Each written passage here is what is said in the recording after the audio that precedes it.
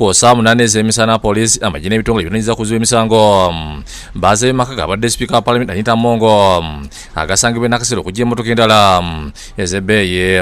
Wano ekimotoka kya Polisi ekittika emmotoka kyekiise mu geeti y'amaka ge okutandika okutikka awayisa akaseera katono mpulira wa Among Kalebu alaka atuuse buli kimu kikolebwe nga waali ayingidde munda era mu kaseera katono lubambi ga Polisi ne batandika okukola egyabwe.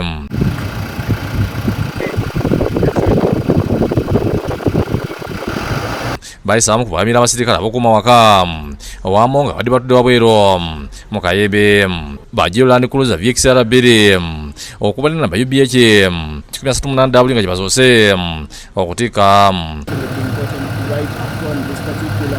Residents and you can't be able to at least wait for more because I can't be able to see right in front of myself. I can't have the part of the customer or one of the customers in front of it, and it is car number UBH 128W. Another car was not going to be taken in as I can also be the line of family. All those cars have been taken in by police. I do not know what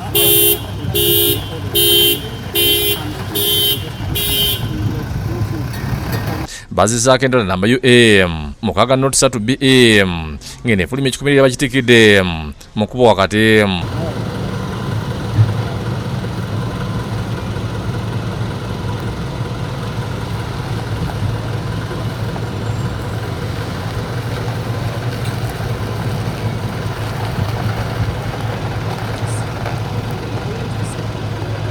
Polisi balina bakunganya obujulizi ng'obwedda bakuba ebifaananyi ne vidiyo.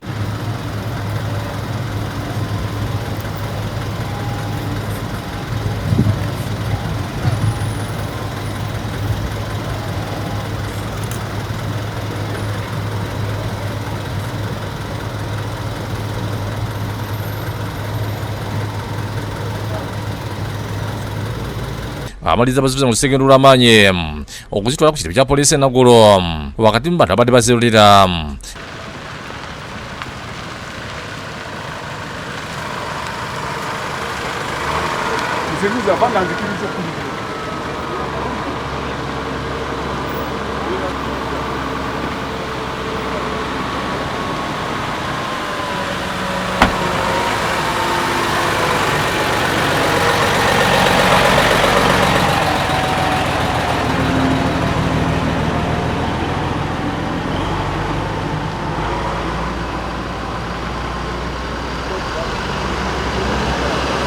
Bazisiza ku Akasia Road apakolo ne bakirya ku Lugo bypass okutuuka kitebe ky'ambi ga Polisi enaggulo.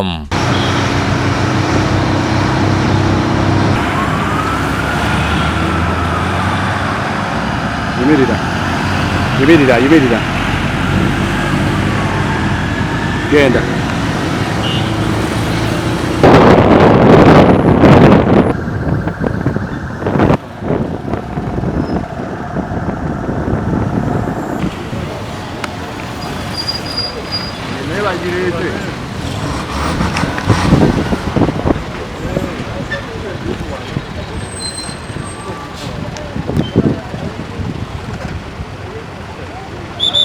Olwo emmotoka za Polisi enneti zizeeyo kulonda emmotoka endala ewa Among.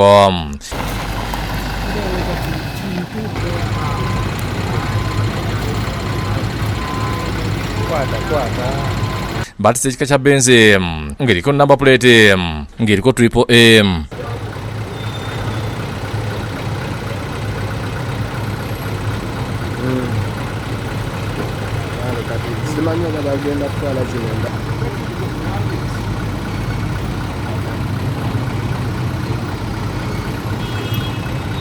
Olwo bazizaako Lexus namba UBP 7Y 04Y is also being loaded onto the police flatbed recovery truck. Abantu babulijja bakunganya ebyewuunyiza ebika by'emmotoka ez'ebbeeyi zibadde mu kikomera ekya Among.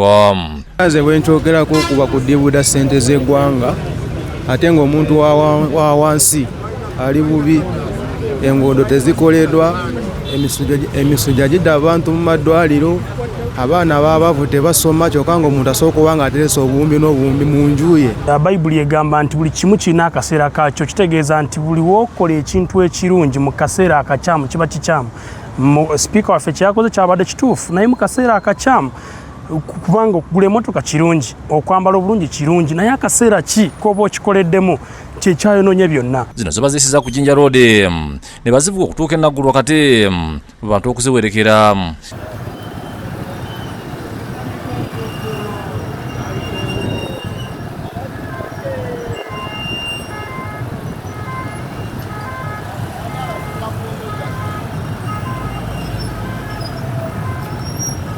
Emmotoka ezifulumiza zigattiddwa ku zaasoosa okugibwa maka gamu nga gasangibwa ku kyalo Kakoola ekigendejje ku bbalaza okulinnya Rolls Royce.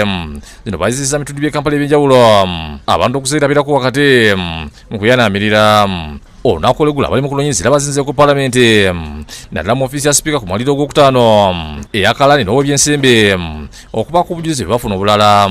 Obedi Lutale ne Mutebi Sulaiman bakusakidde eggulu eno ku lwa Bukedde TV.